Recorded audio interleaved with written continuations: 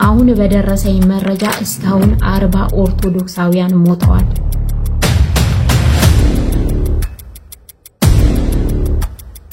ዓለም አቀፋዊ የሚዲያ ዘመቻ የሚያዝናናን ቢኖር እንደ እግዚአብሔር ነው።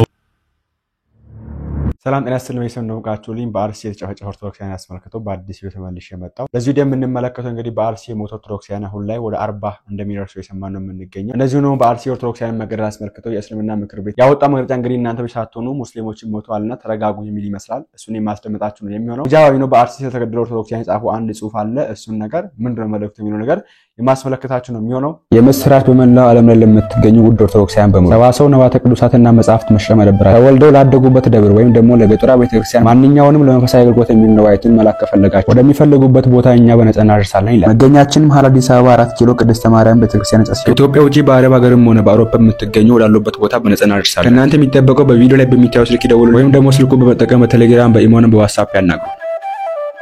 እስቲ መጀመሪያ በዚህ አጭር ግጥም እንጀምር። አርሲ ሽርካ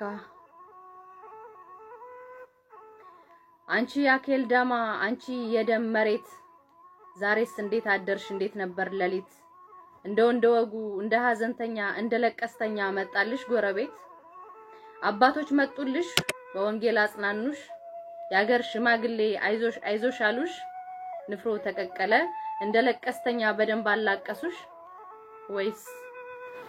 ወይስ ከነ ጥቁር ልብስሽ አንቺም ከቤት የለሽ ከጫካ ገብተሻል ለቀረው ቤተሰብ ፈርተሽ ተንቀጥቀጠሽ ወይስ አጥር ስር ነሽ ወይስ ከብቶች በረት ወይስ አንቺም ደምተሽ ወይ የቀሩት ቆስለው ከተማ ሄደሻል ልፈልግ ያኪም ቤት እኔን ሀገሬ ሽርካ ሆይኔ ልንከራተት አጀቻ ሆርዶፍቶታ አመንታ ክርስቲያን አራት ጎደማጅሩ ኒባላለ ይፈና ታችን እግዚአብሔር ይስጥልን። ሁለት ነገሮችን ከውስጥ እናንሳና አጠራርገን እንለፈው። አባቶች ደርሰውልሻል ያጽናንቶሻል የሚል ነገር ነስታችንና ማንንም አባት አልደረሰላትም። ኢቭን እዛ ጭፍጨፋ ተረፈ እንግዲህ ሁለት ልጆች አሉና አንደኛው በጣም በጠና ጉዳት ስለደረሰበት ወደ ወላይታ አርባ ምንጭ ማለት ነው ሆስፒታል ታዘው እዛ ነው የሚገኘውና አንድም አባት ሄዶ አቡነ ሳውሮስም ሆኑ እና ቡጻው ዲዮስቆሮስም ሆኑ ሌሎች ጳጳሳትም ሆኑ የሀገረ ስብከቱ ሊቀ ጳጳስ አቡነ ያሬድ በነገራችን ላይ አቡነ ያሬድ ውጭ ሀገር ነበሩ። ከተመለሱ ሳምንት አይሞላቸውም ሲዝናኑ ነበር ፈዋያሉ ማለት ነውና ኤኒዌይስ ይሁን ችግር የለውም።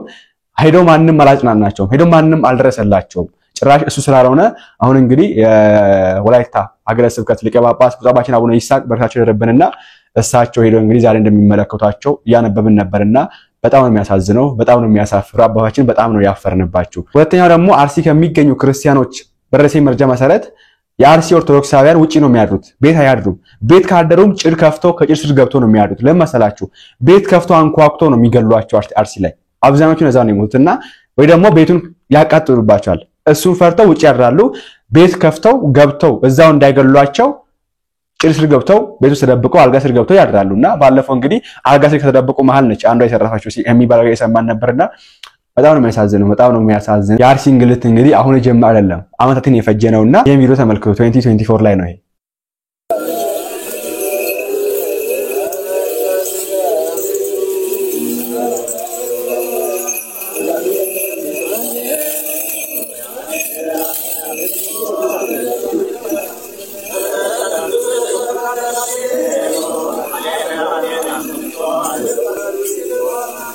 በአርሲ ሀገረ ስብከት በሆን ቆሎ ዋቤ ወረዳ ይላል የሞቱ ኦርቶዶክሳውያን ናቸው። ሰርግ አይደለም ይሄ ባለበት ሁኔታ የአርሲ ሀገረ ስብከት ሁለት ሰዎች ሞቶብኛል ብሎ ሪፖርት ያደርጋል ባለፈው። ይሄንም ተመልከቱ በ2017 ማለት ነው።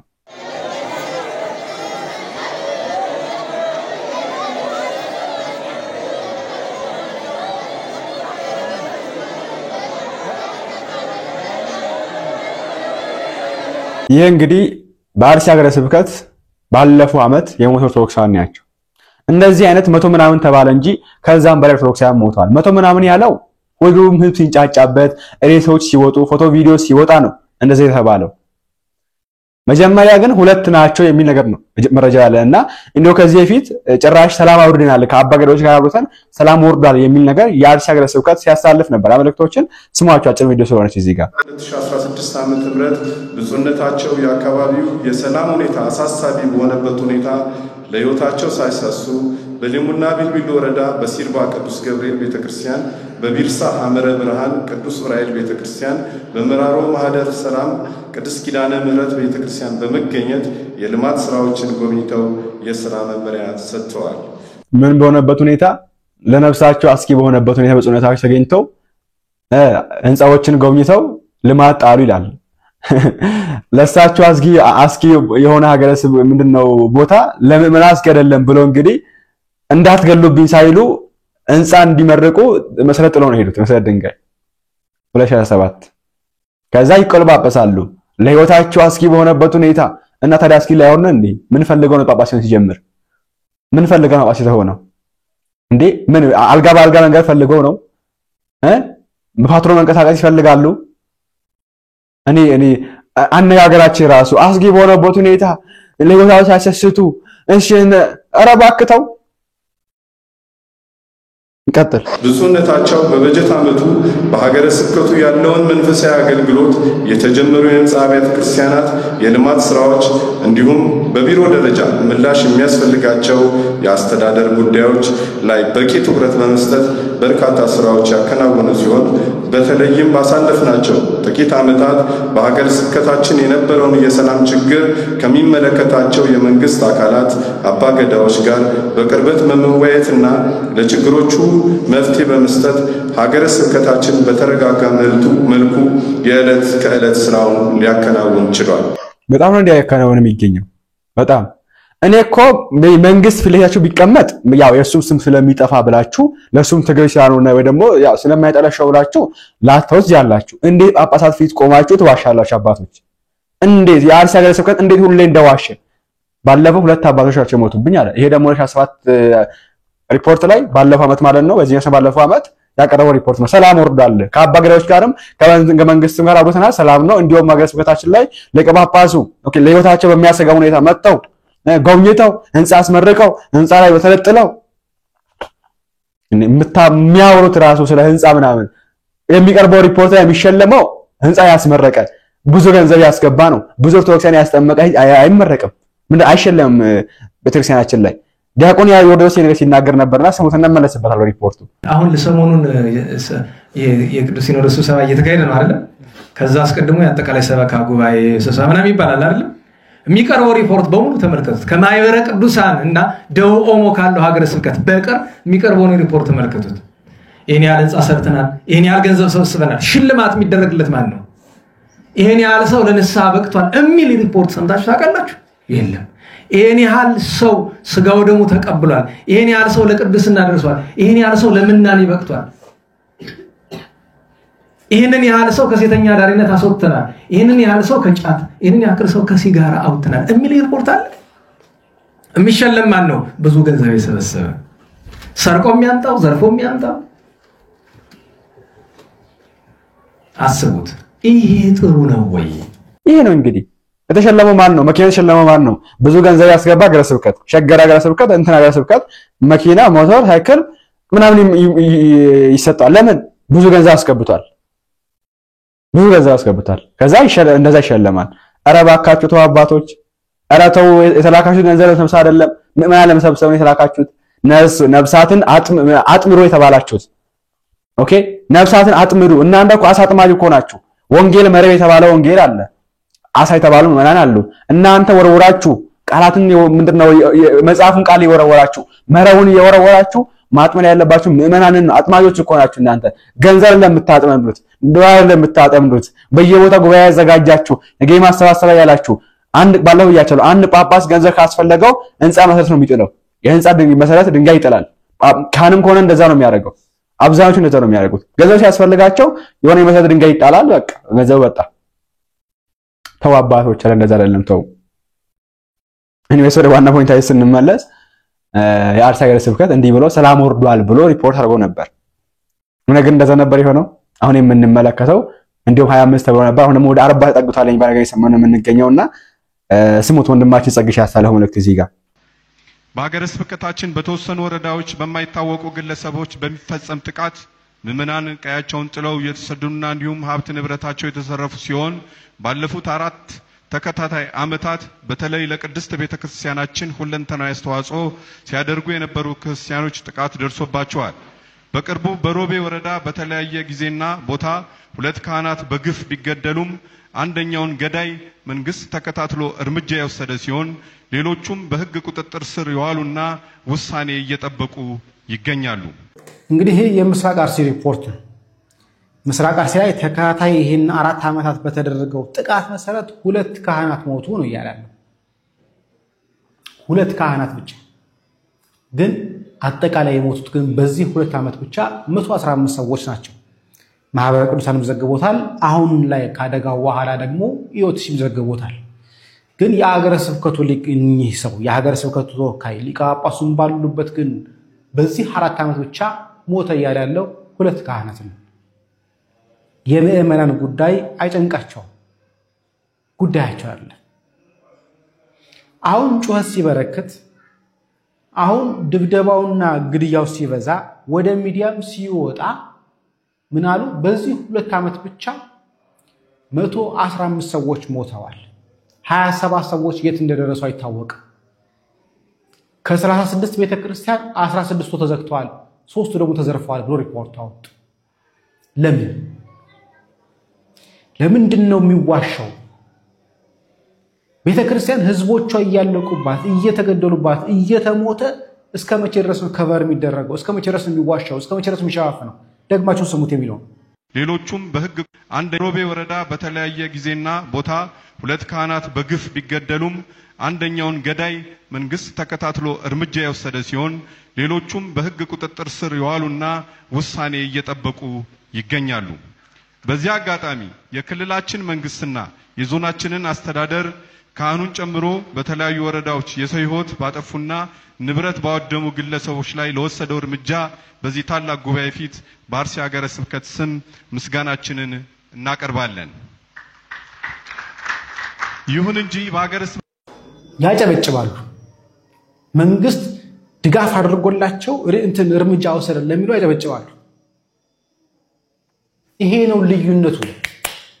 አጨብጫቢ ነው እየበዛል። ስለሞቱት 100 ሰዎች አልተናገረም። አሁን በዚህ 2 ቀን 3 በዚህ 5 ቀን ብቻ በዚህ ሳምንት ብቻ ነው 27 25 ሰዎች ሞቱ አይደል? ከዛ በፊት የሞቱ 90 ሰዎች አሉ። አርሲ ላይ በ2 ዓመት ብቻ ሪፖርት ሲቀርብ ግን 2 ሰው ነው የሞተው። 90 ሰው የሚያክል ነገር እንደሞተ እንኳን አልቆጠሩት። ሀብት ንብረቱን ተውት። በዚህ 2 ዓመት ውስጥ የሞተው አርሲ ላይ 115 ሰው ነው። በዚህ ሳምንት ብቻ የሞተው 25 ሰው ነው። 25 እንኳን ብንቀንሰው 90 ሰው ሞቷል። በዚህ 2 ዓመት ብቻ በእነሱ ሪፖርት ነው በዚህ 4 ዓመት ብቻ የሞተው 2 ካህን ነው ይላል። እንዴት ነው እንደዚህ እየተደፋፈር ነው? ለማን ነው ሪፖርት እየቀረበ ያለው? ቤተክርስቲያን ልጆቿ እየሞቱባት እንደሆነ ካልተነገረ ለማን ነው የሚነገረው ነው? ሌላው እንግዲህ እስካሁን በነበረ መረጃ የሞቱ ሰዎች 25 ናቸው የሚል ነው። እንግዲህ እታችን ደግሞ ስማት ምን እንደምትል በየሚዲያው 14 ሰውን የሞተው እያሉ ያላግጡብናል። አሁን በደረሰኝ መረጃ እስካሁን 40 ኦርቶዶክሳውያን ሞተዋል። 40 ኦርቶዶክሳውያን አሁንም የጅብ ራት እየሆኑ ላሉት ኦርቶዶክሳውያን እህት ወንድሞቻችን በግፍ ለሚገደሉት ድምጽ ልንሆናቸው ይገባል። እስካሁን ድረስ ባለኝ መረጃ በዚህ ሰዓት የደረሰኝ መረጃ 40 ኦርቶዶክሳውያን ከጥቅምት 17 እስከ ዛሬ 40 ኦርቶዶክሳውያን ደርሰዋል። አሁንም እየተገደሉ እየታፈኑ ግፍና ስቃይ ሰቆቃ እየደረሰባቸው የጅብ ራት እየሆኑ ነው ያሉት ኦርቶዶክሳውያን። ዝምታው ይሰበር። በአንድነት እንጩህ፣ በአንድነት እናልቅስ። ሁላችሁም ከጥቅምት 24 እስከ 27 የሚቆይ አንድ አይነት ፕሮፋይል እየተሰራ ነው። የሐዘን መግለጫችንን ድምጻችንን በምንችለው ቋንቋ እየሰራን ለዓለም እናሰማ። ዓለም ይስማ ይሄንን ጉድ። ዓለም በቃ ምንችለውን ሁላ አድርገን ለወገኖቻችን ለኦርቶዶክሳውያን የቤተ ክርስቲያን ስቃይ ቤተ ክርስቲያን ላይ እንግልት የሚጭኑ ሰዎች በቃ ልንላቸው ይገባል። እንደምትሰሙት ነው እንግዲህ ኦልሞስት 40 ሄደዋል ነው። ከዛም በላይ እኮ ነው። በነገራችን ባለፈው ያልኳችሁ ነበር የተታፈኑትንም ጨምሮት በተገደሉት ላይ ያልኳችሁ ነው። ለምን የታፈኑ አካል በሰላም ተመልሶ የሚያቆም መቼ ነው እንዴ? የዛ ሀገር ነዋሪ የሆነው ኦርቶዶክሳዊ ሰው ያለው ምንድነው? አባቴ ታፍነውብኝ 500,000 ብር ከፍዬ ሰጠው የደበደቡት ድብደባ ስለበዛበት ከ3 ቀን በኋላ ቤት መጥቶ ሞታለ 500,000 ብሩን ቀረ ከሰረ አባትየውንም እንደዛው አጣ ሌሎችም እንደዚሁ ነው ብር ይቀበላሉ ለዛው የሚገሏቸው ብር ይቀበላሉ ደብድበው ነው የሚልኳቸው ድብደባ ያችሉትም መጥተው ይሞታሉ ወይ ደግሞ ብሩ የማይመጣቅም ከሌላቸው እዛው ይገደላሉ ቢያንስ በዚህ እንኳን ሰፖርት የሚያረጋቸው አባት የለም በገንዘብ እንኳን ከዛ ባለፈው ወደ ኢትዮጵያ ደረገው ስንት ገንዘብ ነው የገባው ኦልሞስት ወደ 1 ቢሊዮን ብር ገብቷል ከዛ ብር ላይ እንዴት አፎትን አስፈተ ብሎ የሚሰጥ ብር እንኳን የለም አቅሙ እንኳን ባይኖራቸው እንደዛ ይደረግ ብር የለም ግን ከነዚህ ምዕመናን እንደዚህ ከሚሞቱ ምዕመናን ወደ 700,000 ብር ገብቷል እግዚአብሔር በሚያውቀው ወደ 700,000 ብር በዚህ ዓመት ገብቷል ከማን እንደዚህ ከሚሞቱ ምዕመናን ቢያንስ ይሄን ያክል ብር ሰብስባችሁ ከነዚህ ምዕመናን ከነዚህ ወገኖቻችን ይሄን የሚያክል ብር ሰብስባችሁ እንኳን ድምጽ ለመሆን አልቻላችሁም አባቶች አንድ እርምጃ መራመድ አልቻላችሁም በየጊዜው መግለጫ በየወሩ መግለጫ በየሳምንቱ መግለጫ አላተው ባካችሁ ተው አላተው መግለጫ በጣም በዛብን ተው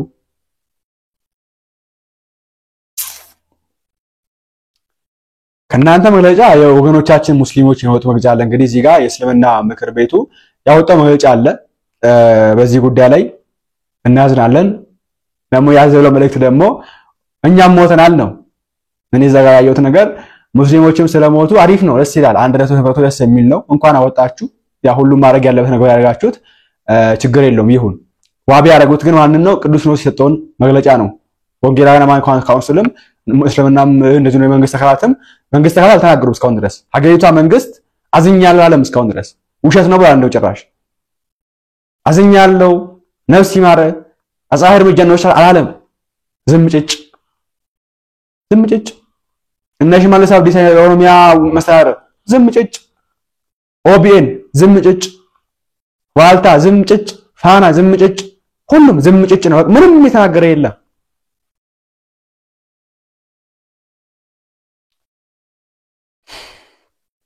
እና የእስልምናዎች እንግዲህ ይሄንን ዋቢ አድርገው የቅዱስን መግለጫ ዋቢ አድርገው አውጥተዋል አዝነናል በዚህ ጥቃት እንግዲህ ቁጣቸው ያልታወቀ ሙስሊሞችን ሞቷል የሚል ተናግሯልና እኔ አላምንበትም ሙስሊሞች ሞቷል የሚል ነገር ምን አንደኛ ምንም ማረጋገጫ የለም ተብሏል ነው የተባለው እነሱ ራሱ ምንም ማረጋገጫ የላቸውም እንደዚህ አይነት ባገኝ ሰማን ነው የምንገኘው ነገር ነውና ካላረጋጋጣችሁ መግለጫዎች ባታስገቡ አሪፍ ነበር አሁን ይሄ ተለይቶ የተጠቀም የምንገኘው እኛን እናንተ ብቻ ተለይታችሁ አይደላችሁም እኮ ጀምላ ጨፍጨፋ ነው ለማለት ፈልጋችሁ ያሳላዎች መልእክት ነው የተዛዘ ተቀበላችሁ እንጂ አናቅም በዛ መንገድ ነገሩ ረገብ ለማድረግ የተላለፈ መልእክት ነውና እውነት ሙስሊሞች ቢሞቱ ሙጃባ ሚኖ ዝም አይልም ሙጃባ ሚኖ እንግዲህ በዚህ ጉዳይ የሚባለው እሱም ጽፏል ከላይ በኩል እዚህ ጋር እንደምትመለከቱት አዝኛለሁ እንዲህ ሊደረግ አይገባም ብሎ ጽፏል ሙጃባ ሚኖ ማን እንደምትመለከቱ ባለፈው በመካነ ሰላም የሞቱ ሙስሊሞችን ያስገለጹ ቤተክርስቲያኖች ብሎ ሲናገር የነበረ ታለቁ ብሎ አዋጅ ራስን ከጥቃት መከላከል መታጠቁናቸው ተከላከሉ ብሎ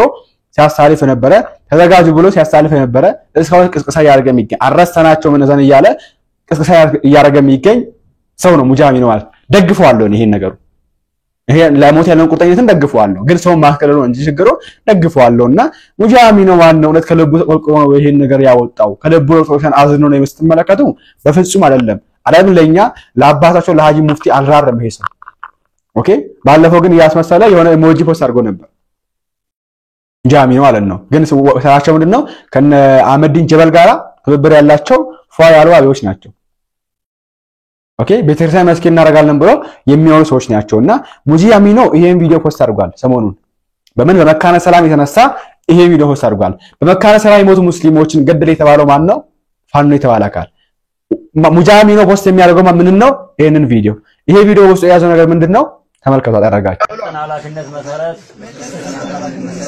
ህዝባችንን በቅንነት እናገለግላለን በቅንነት ልናገለግል ቃል እንገባለን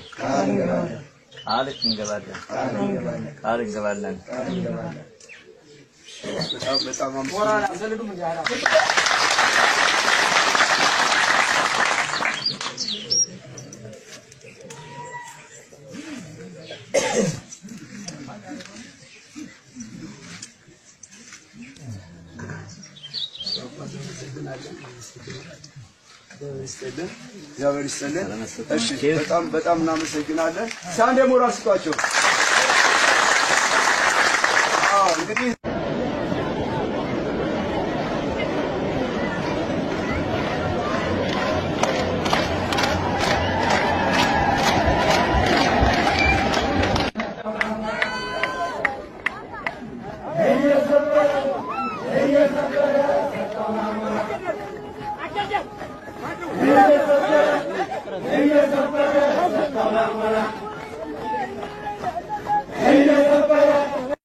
ተመልከቱ እንግዲህ አባቶች ተጠቃያሎችን ሲባርኳቸው ከቤተክርስቲያን ሲወጡ እነዚህ ተጠቃያሎች ወይ ፋኖ የተባሉ አካል ይሄን የሚያሳይ ቪዲዮችን ሰብሰብ አድርገው እንኩር ብሎ ፖስት አድርጓል።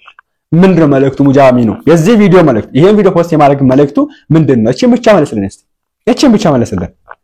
ይሄን ቪዲዮ ፖስት የማድረግ መልእክቱ ምንድነው? ከላይ በኩል የጻፈው መልእክት ምንድነው? እዚህ ጋር እንደምትመለከቱት ታያችሁ ነበር። በደንብ አድምጡ ይላል። በደንብ ተረዱ፣ በደንብም አስተንትን። በመጨረሻ የመጣብን ጽንፈኛ አሸባሪ ኃይል ተራጅደ መክት፣ ሌላ አማራጭ የለም ይላል።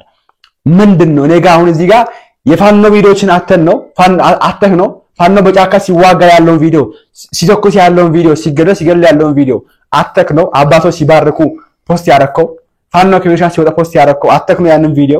እውነት ግን ነው እውነት አዝነህ ነው። አሁን በዚህ የተነሳ ስንት ኦርቶዶክሳውያን እንደሞቱ ታውቃለህ? በዚህ ቪዲዮ አሁን ፖስት ባረከው ቪዲዮ የተነሳ ስንት ኦርቶዶክሳውያን በአክራሪ ሙስሊሞች እንደሚገደሉ ታውቃለህ? አጃንዳ ሐሙስ ስለሆነ ችግር የለውም ብታውቁም ነገሩ እና ሙጃሚ ማለት ይሄ ነው እንግዲህ። እንደዚህ አይነት ቪዲዮዎች ሪከርድ ያደረገ ፋይል አስቀምጦ ፖስት ያደረገ ሰው ነው። እንኩ ይኸው እወቁ የተረገባቸው ነገር ምን ተረገባቸው ያለው አባቶች ባልኮን እያላኩላችሁ ያሉት ቤተክርስቲያን ባልኮን እያላከች ያለችውና ራሳችሁን ተከላከሉ። አጸፋዊ መልስ ባለ ውሰዱ፣ ፋኖ ስለማታገኙ ምእመን ላይ ውሰዱ የሚል መልእክት አዘል የሆነ ቪዲዮ ፖስት አድርጓል ሙጃሚ ነው። ሰሞኑን በመካነ ሰላም ሙስሊሞች ሁለት ሙስሊሞች አላቅም ሁለታን አራት ሆኖ ይችላሉ እንግዲህ እግዚአብሔር ነፍሳቸውን ይቀበል ንጹሃን ናቸው። አላበረታታም እሱ ነገር። ወደ ሙጃሚ ስንመለስ ግን በዛ የተነሳ ፖስት አድርጓል ይሄን ነገር ሙጂባሚ ነው። አሁን ደግሞ አይኑን በጨዋጥቦ ለሌዋን ደረቅ መልሶ ልባረቅ ነው የሚባለው። ቁጭ ብሎ መጣና አዝኛለሁ ወገኖቻችን ናቸው ሞት አይገባቸውም ብሎ ይጽፍልሃል። እውነትህን ነው። እውነት ከልብህ እንደዛ ቢሆንማ ተባብረን እኮ አንድ ነገር መፍጠር እንችል ነበር። ሁላችን ተባብረን ሰላምን ማምጣት እንችል ነበር እኮ። አይደለም ከልባችሁ ነው አይደለም ሐሳባችሁ እንደዛ አይደለም። እኔም ማውራት ስለ ሙጂአሚ ነው እንጂ ስለ እስልምና ምክር ቤቱ መግለጫ አይደለም እያወራ የምገኘው እኔ እያወራ ስለ ሙጂአሚ ነው። ሙጂአሚ ነው እነዚህ አይኖች ፖስት ያደረገ ተዘጋጁ አዋጅ ያለ ሲያሳውጅ የነበረ ኦኬ ሞት ክርስቲያኖች ላይ እንዲመጣ ሲያደርግ የነበረ ግለሰብ ነው። አሁን እንግዲህ ቀደም እንዳልኳችሁ አይኑን በጨዋጥቦ መጥቷል። የሞቱን የሚጎት ድረሱላቸው መንግስት አካላት ምን ሰራላችሁ ብሎ መጣ። አራታው ሙጂ በእኛም ማስመሰለ በራሳችሁ ማስመሰል ትችሉበታላችሁ። ዓለም አቀፋዊ የሚዲያ ዘመቻ ጥሪ ኦርቶዶክሳውያን ይህንን ቪዲዮ አቅም እንዲኖረው ሁላችሁም ሪፖስት ሼር በማድረግ ለሁሉም አዳርሱልኝ። እንደሚታወቀው የኢትዮጵያ ኦርቶዶክስ ምዕመናን በአርባ ጉጉ፣ በሻሸመኔ፣ በጅግጅጋ፣ በወለጋ፣ በአርሲ ስንቱን ጠቅሰን እንጨርሰዋለን። መገደል ከጀመሩ ይሄው ዘመናት እየተቆጠሩ ነው። ይህንንም ተመልክቶ መፍትሄ ያመጣሉ ብለን ያሰብናቸው መንግስትና ቤተ ክህነታችን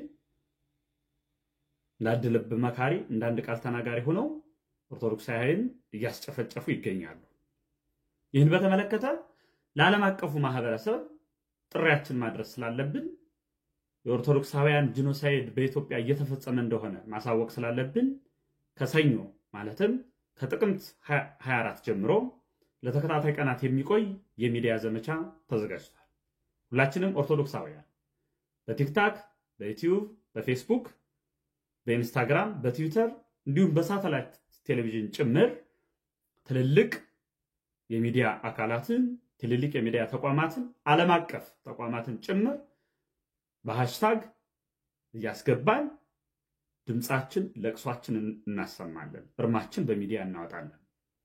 የቤተ ክርስቲያኗ ጉዳይ የምዕመናን ጉዳይ የማይገዳቸው ጳጳሳት እነሱን ትግላችን እንጀምራለን። ስለዚህ ከዛሬ ጀምሮ የምናስተላልፈውን መልእክት እየተቀበላችሁ ከጎናችን እንድትሆኑ ጥሬን አስተላልፋለሁ። እንደሰማችሁ ነው እንግዲህና በእነዚህ ቀናቶች ውስጥ ኦርቶዶክሳውያን ሚዲያ ያላችሁ አካላት ትንሽም ሆነ ትልቅ ሚዲያ ኖራችሁ እኛ እዚህ ጋር ስንናገር ዩቲዩብ ላይ ስንናገር በነገራችን ላይ ምንም ስለምናገኝ አይደለም። በእነዚህ ቪዲዮ ምንም አናገኝ። ሜቢ ገንዘብ የሚገኝበት ሊመስላችሁ ይችላል። ፎሎወርስ የሚገኝበት ሊመስላችሁ ይችላል። ፎሎወርስ ብትሉ አለን እንዴ ቲክታክ ላይ ከ200,000 በላይ ፎሎወርስ አለ። ዩቲዩብ ላይ ኦልሞስት 200,000 የገባ ነው የሚገኘው። እግዚአብሔር ይመስገን።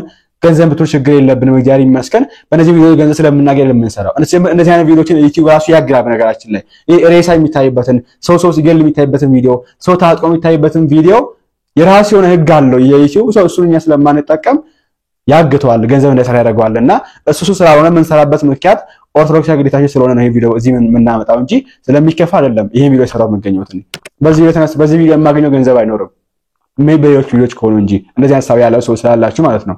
እና ሁላችንም ባለን ሚዲያ ዩቲዩበሮችም ቲክቶከሮችም ፌስቡከሮችም ኢንስታግራመሮችም ባለን አቅም ተጽዕኖ እንፍጠርና ትዊተር ያላችሁ ስቲች ያላችሁ ሁላችሁም ተባብረን ይሄን ነገር ለዓለም እናሳውቅ። ዶናልድ ትራምፕ እንግዲህ በመላው ዓለም የሚገኙ ክርስቲያኖች ላይ የሚደርሰው ነገር ይቁም የሚል መልእክት አስተላልፏል። ዶናልድ ትራምፕ በጣም ደስ የሚል ነው እና እኛም እንግዲህ በቻልነው አቅም መልእክታችንን እናስተላልፍ። ቋንቋ የምትችሉ ሰዎች ካላችሁ በምትችሉት ቋንቋ ኦሮምኛ የምትችሉ በኦሮምኛ፣ አማርኛ የምትችሉ በአማርኛ፣ ትግርኛ የምትችሉ፣ ሶማሊኛ የምትችሉ፣ ኦኬ ሲዳምኛ የምትችሉ፣ ወላይትኛ የምትችሉ፣ ገለኛ የምትችሉ፣ እንግሊዝኛ የምትችሉ ሰዎች ደግሞ በዚህ መንገድ ቪዲዮ ሰራችሁ ፖስት አድርጉ። Everyone please share this message with the entire world. Christians in Ethiopia, Oromia region, particularly in RC zone, are facing brutal and targeted attacks. Entire families are being slaughtered, homes burned, and innocent people, including women, children, and the elderly, are losing their lives because of their faith in Jesus Christ. What makes this tragedy even more heartbreaking is the silence and inaction of the Ethiopian government.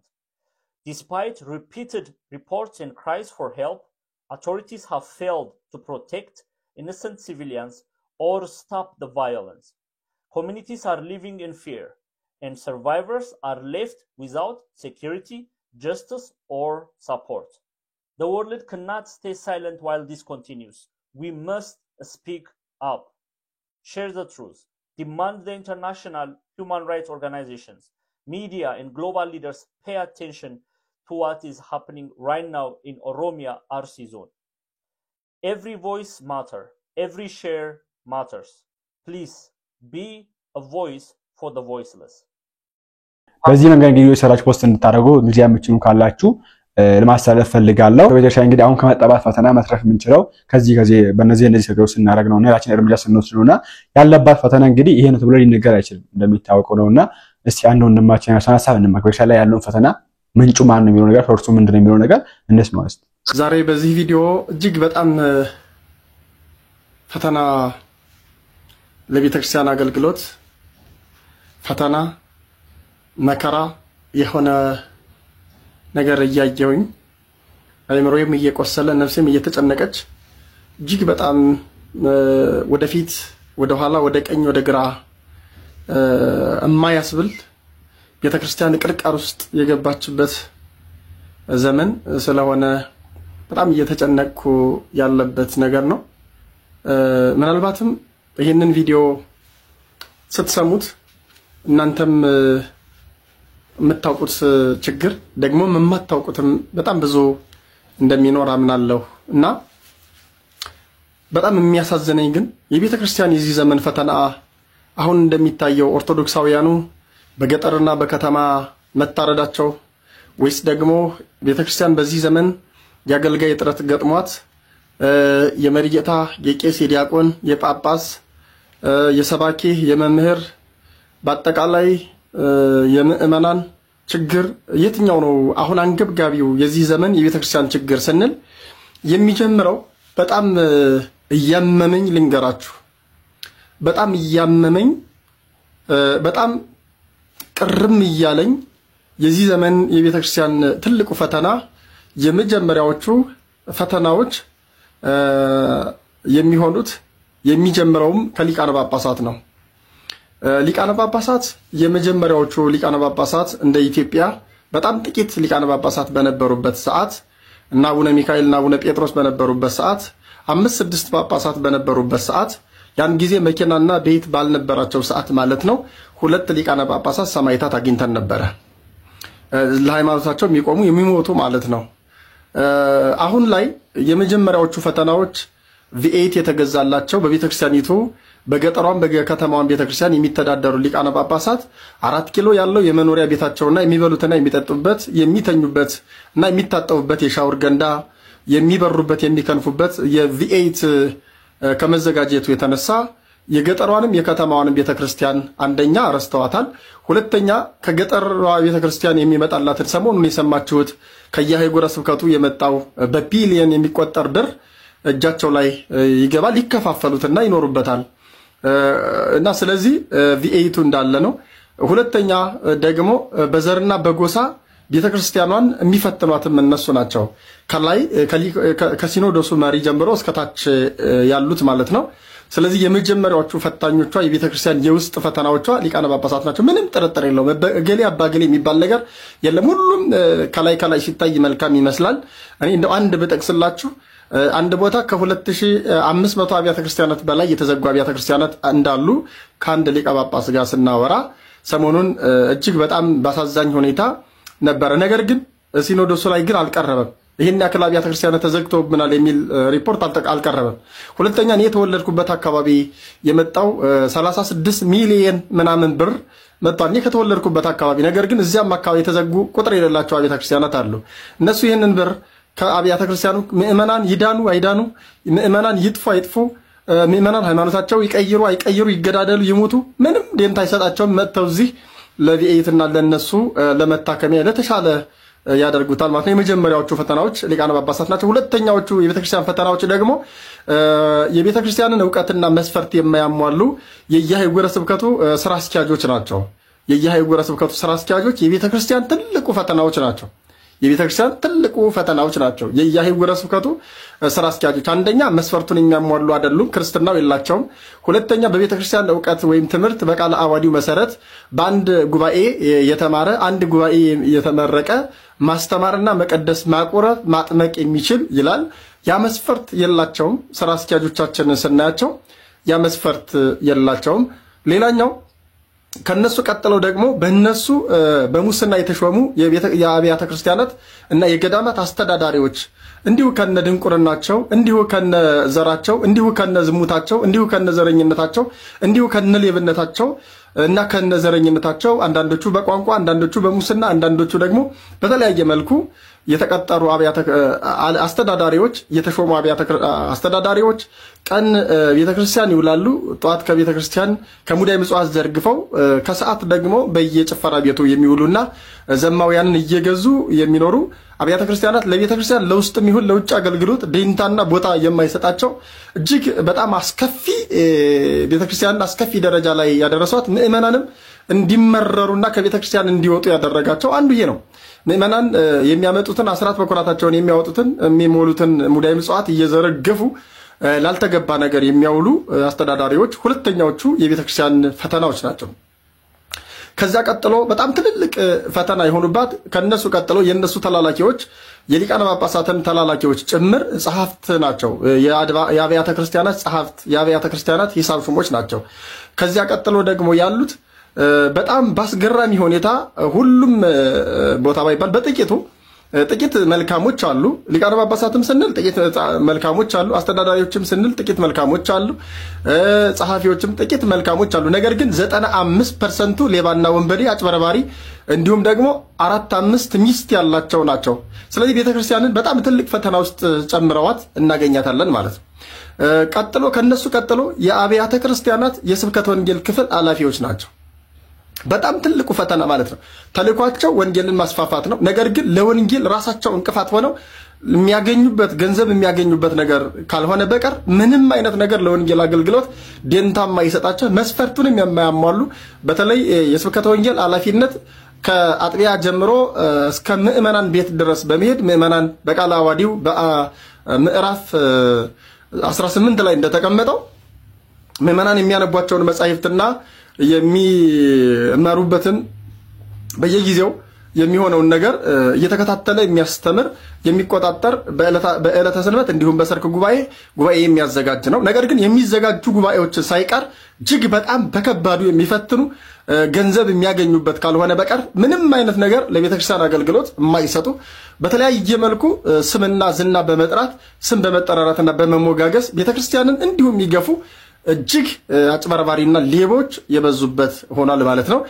ከዚያ ቀጥሎ ደግሞ እንዲሁ ከየእንትኑ የወጡ ሰባኪያንን በሚል መስፈርት የማያሟሉ የቤተክርስቲያኒቱን ትክክለኛ ነገር የማያሟሉ በየስፍራው እንዲሁ እያጭበረበሩ የሚኖሩ እንዲሁም ደግሞ ደሞዝ ብር ካላዩ በቀር አገልግሎት ማገልገል የማይፈልጉ ብር ካላዩ በቀር አበል ካልተዘጋጀላቸው መኪና ካልተዘጋጀላቸው በቀር አግበል የማያገለግሉ ናቸው። ስለዚህ እነዚህ የመጀመሪያዎቹ ናቸው። ሌላው ደግሞ የንስሐ ልጅን ሰብስበው የንስሐ ልጆቻቸውን ሰብስበው የተወደቃቸው የማይሉ እና ወላጆችን ገንዘብ ያላቸው ባለሀብቶች ከሆኑ ወላጆቻቸውን ብቻ የሚቆጣጠሩ ገንዘብ ያላቸው ከሆኑ ከነሱ ቤት የማይወጡ ነገር ግን ገንዘብ ከሌላቸው ድሆች ከሆኑ የተወደቃቸው የማይባሉ ልጆቻቸው መናፍቃን እየሆኑ ቤተሰቦቻቸው እየተቀየሩ ያሉ በጣም እጅግ አሳዛኝና አስገራሚ ነገር አለ።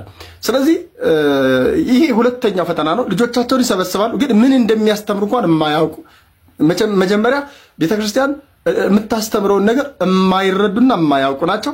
ከዚያ ሰብስበው ደግሞ ጨርሶ የማያውቁት በጣም ብዙ የማያውቁ ነገር አለ። ስለዚህ ይሄ ሁለተኞቹ ፈተናዎች ናቸው። ሌላው የቤተ ክርስቲያን የተሰጠቻቸውን ተልእኮ በአግባቡ የማይወጡ ናቸው እና እነዚህ አሁን ያልኳቸው ወሳኝ የቤተ ክርስቲያን ወቅታዊ ፈተናዎች ናቸውና ዝም ልንል አይገባም። ለብዙ ሰው አድርሶልኝ ይቆየን። ኤኒዌይስ ቪዲዮአችን የሚስ ነበር። ራፖርት ማላችሁበት አዲስ ነገር ወሰዳችሁበት መረጃ የምናገኛችሁበት አይጠራጠርም። ቀጣይ ላይ እንግዲህ አዲስ ግድያ ካለ አዲስ መረጃ ካለ እኔ ታይም ላይ ያላችሁን ቀርብ ነው ላይክ እና ሼር ማድረግ እንዳይረሳ። የእግዚአብሔር ሰላም ከእናንተ ጋር ይሁን። ቸር ቆዩልኝ።